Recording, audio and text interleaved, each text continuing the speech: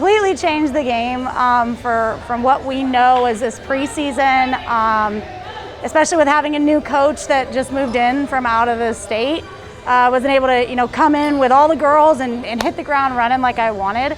But it actually really worked out because we got to focus on small groups and doing more positional training, and honestly, it's needed at every level. So it was difficult, but we made the best of it. We had so many things that we've had to work around and fix and deal with, and all the adversity, and we've come out and come on top and made us stronger all the way through.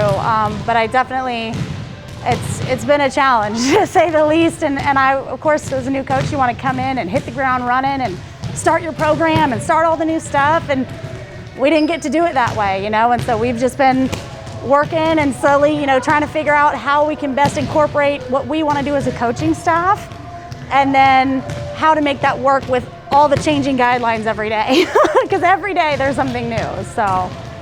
Yeah, I've played volleyball since I was 11 years old, so I've been at Ashley. This will be my second year. I transferred from Coastal Christian as a junior, and I've played East Coast Volleyball for Club and Triangle Volleyball in Raleigh.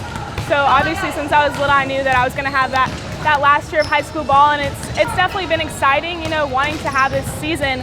And due to COVID, it is not a season I pictured, especially during Club.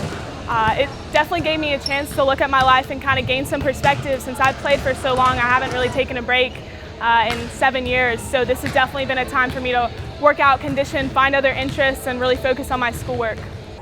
So COVID-19 originally affected my club season. It got cut about halfway through, and I never got to return to the gym. So coming back in Ashley's gym was a positive thing for me because I hadn't been able to play with other people since March. Here, obviously, we have restrictions that we have to abide by, but I would say we're all just really glad that we get to be back in the gym. The way that COVID affected our season, as far as being in season, is definitely the timing.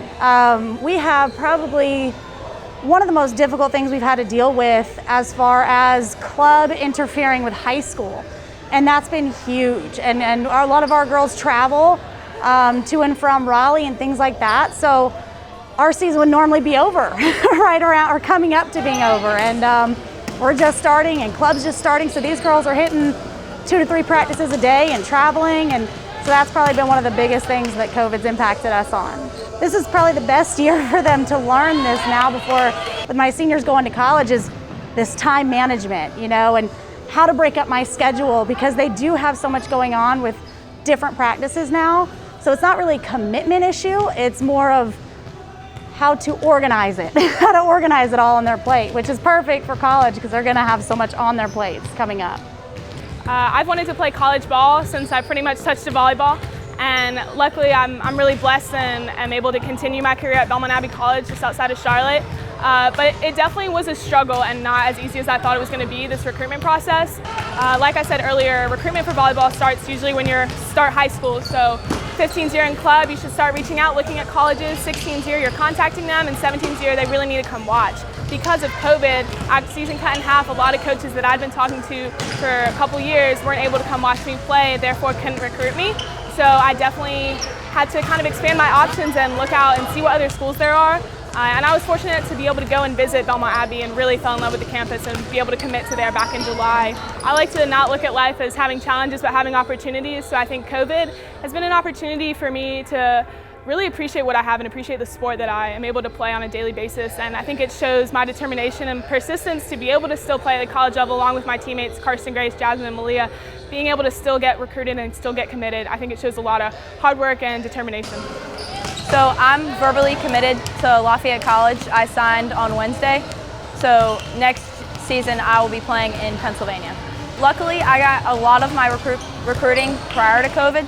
This school actually has been recruiting me since my U15 year, so since I was a freshman. They've stayed with me throughout the whole process, and when my season got cut short, that was already my top school. And so I was able to already know what my top school, so luckily it didn't affect me that much. I verbally committed, I think in late April, early May maybe. So it didn't affect me too much, but it has definitely affected me as I can't go back up there because their campus is closed. So I'm antsy to get back up, see my new campus, but it was optimistic.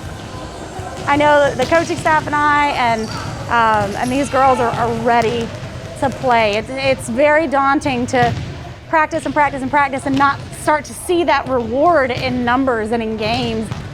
And it's just gonna be like that first serve, these girls, that first warm up, they're gonna be so amped and fired up because they wanna play. That's all these girls wanna do is play.